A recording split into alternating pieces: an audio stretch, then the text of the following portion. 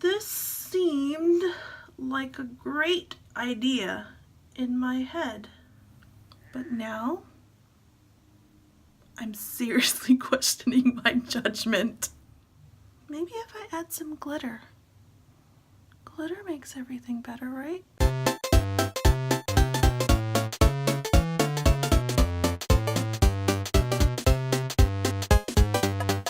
Hi everyone, thanks for joining me on another episode of Grub Gab with Pixie. If you can't tell from the ridiculous hearts painted on my face, this video is a special Valentine's Day edition of Grub Gab. I don't think I can make it through this video. I'm gonna keep laughing because I look freaking ridiculous. Anyway, I'm gonna show you how to make these confetti heart cookies, which are great Valentine's Day treats. And nothing says Valentine's more than talking about dating duds. Yes, how everything has failed. I'm going to be sharing how things haven't gone so well in the dating world in me. Yeah, I'm gonna share some of my worst dating stories, but first, let's talk about these cookies. They have colored, fruity flavored rice cereal in them to make them super colorful and festive. So let me show you how to make them, and then we'll get talking and eating. Start by creaming together 1 cup of unsalted butter that's softened to room temperature and 1 cup of granulated white sugar. I'm using a KitchenAid mixer, but you can also mix this with a hand mixer or by hand. After the butter and sugar are creamed together, add in 1 egg and a pinch of salt and mix together on medium speed.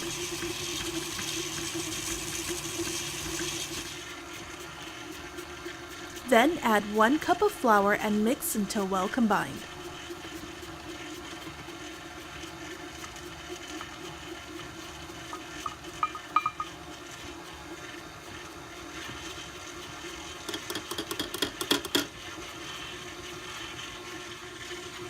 Once mixed together, turn off the mixer and ensure that you scrape down the sides of the bowl. You also want to make sure you get the bottom of the bowl, where there's always like a little bit of flour and butter and sugar that doesn't mix well together.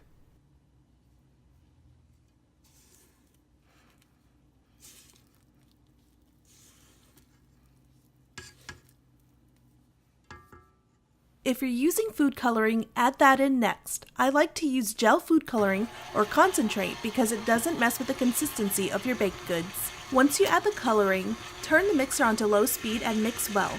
Then add the remaining of the flour 1 cup at a time and ensure it mixes well between each addition.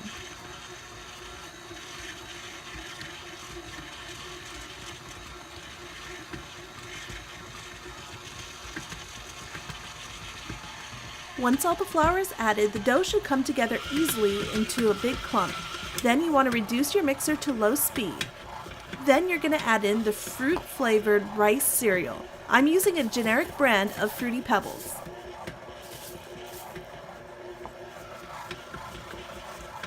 Once you add in the cereal, make sure it mixes well with the dough, but don't overmix it. If you overmix it, it's going to break up the cereal into tiny pieces that are too small, or it'll muddy the colors of the cereal and the dough.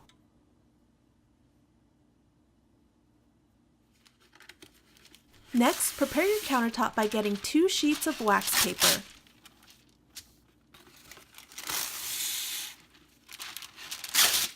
Place some of the dough on the first sheet of wax paper and cover it with the second, pressing down lightly.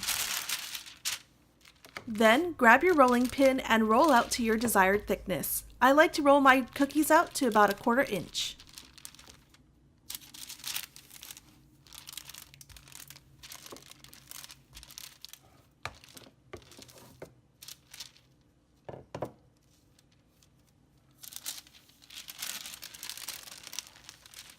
Next, get your favorite cookie cutter and cut out your desired shapes. Since these are for Valentine's Day, I went with heart shapes.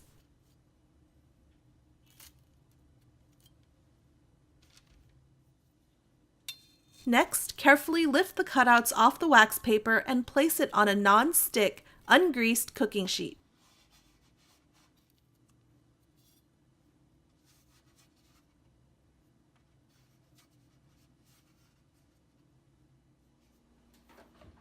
We're going to bake these in the center of the oven at 350 degrees. And set the timer for 13 minutes.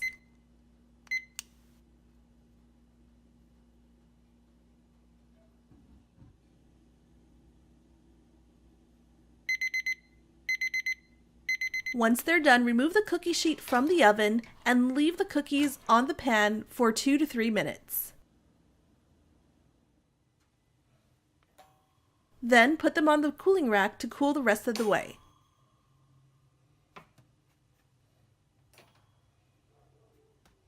If you need the measurements for this recipe, you can always get it on PixieNoms.com. Just look for confetti cookies. Alright, so that's how you make these heart fruity confetti cookies. I'm going to go ahead and take a bite of one.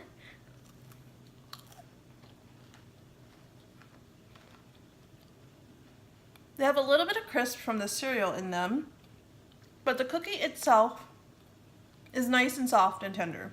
It's like a video game. I have the 3 hearts lined up, and once the hearts are gone, game over. Alright, on to talking about dating duds. And you know, I don't even know where to begin because there has been so many disastrous duds. I could start off with the one hits, you know, like the guy who lied about his ethnicity on his dating profile. So he said he was Caucasian, and when I showed up to the date, the dude was definitely not Caucasian. I don't know how he thought he could get away with it, but there you go. There was another time where a guy wanted me to show him how to get to the movie theaters because he was new to the area, and turns out he didn't have a car. And he wasn't really interested in a date. He actually just wanted a free ride to the movies. Just like, who even does that? Then there was this one date where a guy deemed me too punk rock for him, whatever that means. I mean, I guess the multicolored hair didn't give it away. And there was a bunch of boyfriends that had failed. I think one of the biggest ones that I can laugh about it now because it's so ridiculous, but I was with this guy for 3 years. And some point later on, after we had broken up and I had moved to San Francisco, he gave me a phone call. And in his attempt to win me back, his confession that I was his one true love, he ended up saying that he only asked me out because he thought I was desperate and wouldn't say no. And he could use me as practice for other future girlfriends that would come along in his life.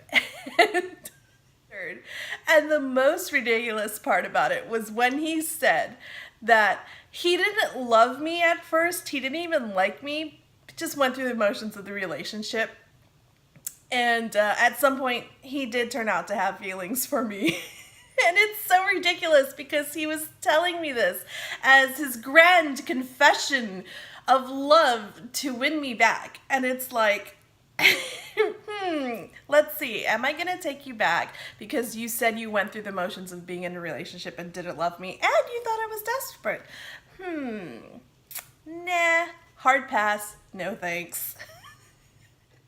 Alright, time to eat my feelings.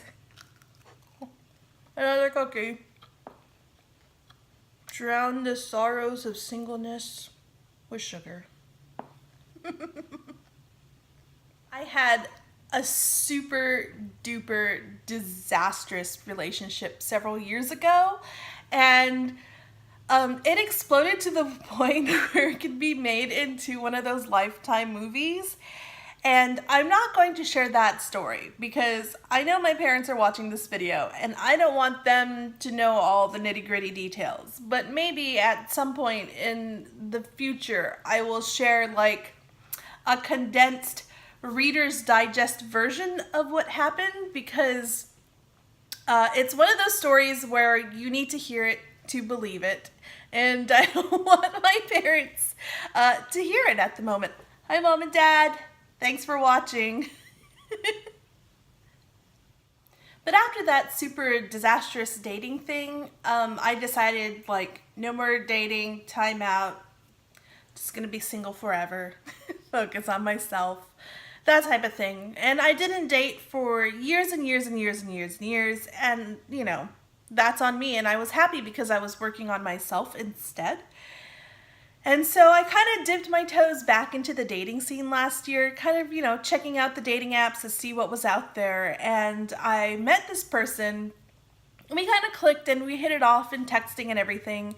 And he was one of those where it's like, I don't want to meet up right away. I want to get to know you. And I'm like, yeah, that's cool, whatever. I mean, I'm one of those where I want to meet a person face to face sooner so I can see if there's chemistry and to see if things will click okay or if I'm wasting my time, that sort of things. Like, if it's not going to work, why prolong it with the texting and the flirting?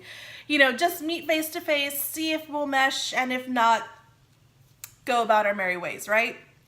So this dude, he came off super cool and okay, and I was like, yeah, this might work out, like, after how many years of fucking disasters, this one seemed to be going pretty okay. And then, like, slowly but surely, there were these, like, little subtle things that were kind of like red flags, and I was just like, well, maybe I'm just too sensitive, or maybe I'm just too critical because I haven't been in the dating scene for a while, and this guy is just, he's a different person, and I just need to get to know him. One of the red flags that went up was I got my hair recut and colored, and he actually said to me, I thought I convinced you to go back to your natural hair color.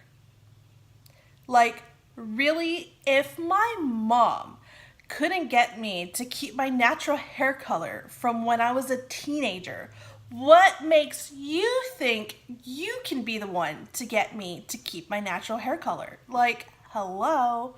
And it's not like my hair was my natural hair color and suddenly, boom, it's blue. It's been blue. He knows it's been blue. So the fact that he thought he could change this thing that is like part of my identity was kind of super egotistical and just really, really stupid and dumb. Another red flag that went up was when my best friend Kate was here from England.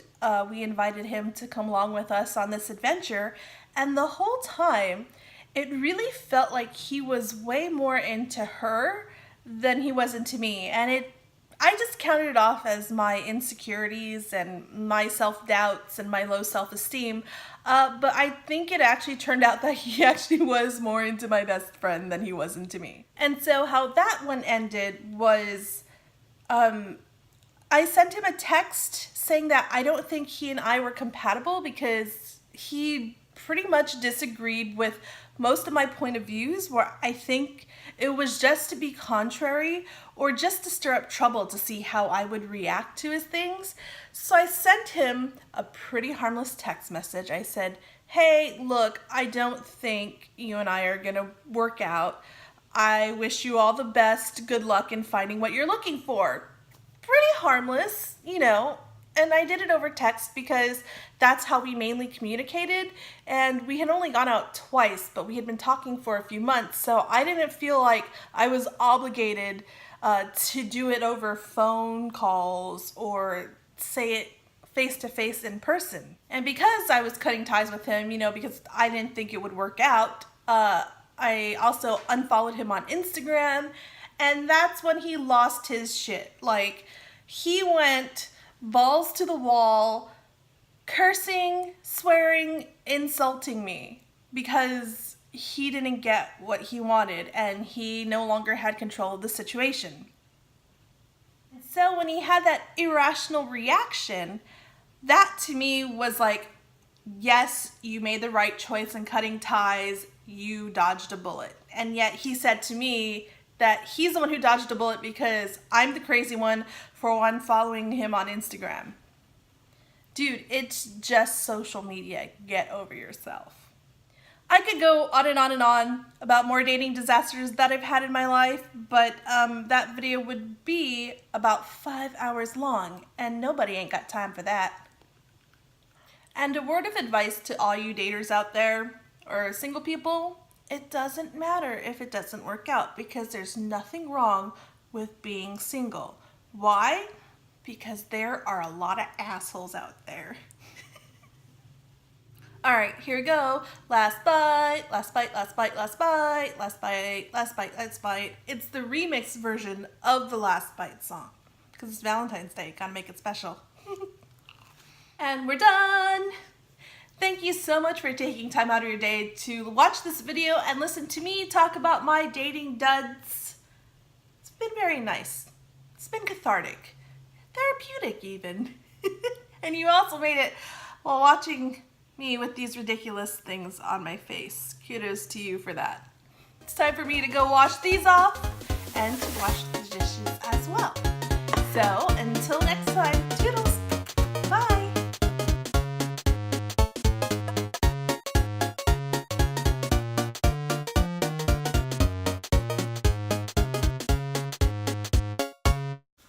Uh-oh.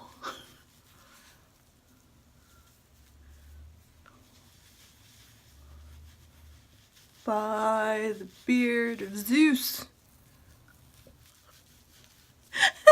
They're not coming off. You can still see the outline of the hearts. I suppose it's a good thing that I work in radio. 20 wipes later and you can still kind of see them. What have I done to myself?